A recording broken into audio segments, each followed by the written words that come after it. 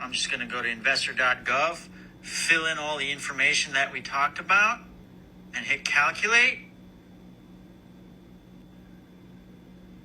Holy shit. There were a handful of critiques in the comments of this video, but you guys, if you didn't watch it, you need to go back and watch it because he's onto something. He talks about how it pays to educate yourself and become financially literate. Here's why. He talks about option A basically being his parents buying a home for about $1 million 30 years ago with a 20% down payment of $200,000. At the time, the interest rate on that $1 million home loan was about 7%, making a $6,000 monthly payment to own that home. And after 30 years, that home would be owned. So then he presents this option B, which is instead of his parents owning that home, they decide to take that $6,000 monthly payment and invest it into the stock market, which has an average return rate of about 9%.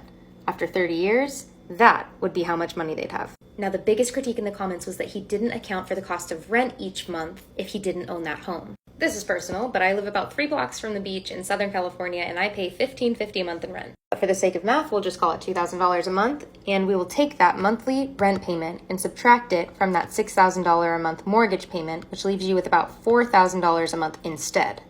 And that average return rate at 9% over 30 years is still $6.5 million. Now, don't let me lose you guys here, but he did not account for the $200,000 down payment on the $1 million house. So let's spice this up a little bit and add a little bit of passive income. Let's take that $200,000 from that 20% down payment on the house that you didn't buy. Take that $200,000 and buy a $425,000 house in Austin, Texas. 3 bedrooms, 2 bathrooms. Why Austin, Texas? Because it's cheap property near a university. So now instead of living in this home, you're going to rent it out to some college kids. Homes in just about that same area rent for about $2,250 a month, but you're just going to charge them $2,200 a month.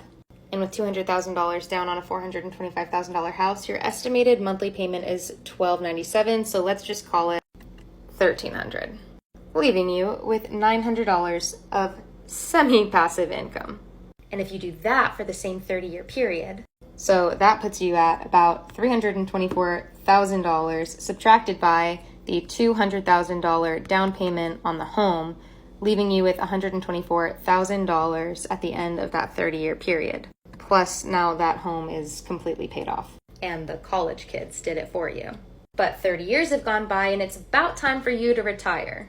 So you're going to take that $124,000 and sell that house. Assuming it didn't appreciate at all, which is unlikely, but you just sell it for what you bought it for, which is $425,000, you will generate about $549,000. Add that to the $6.5 million that you used by investing, and you retire with $7 million. So yes, it pays to self-educate.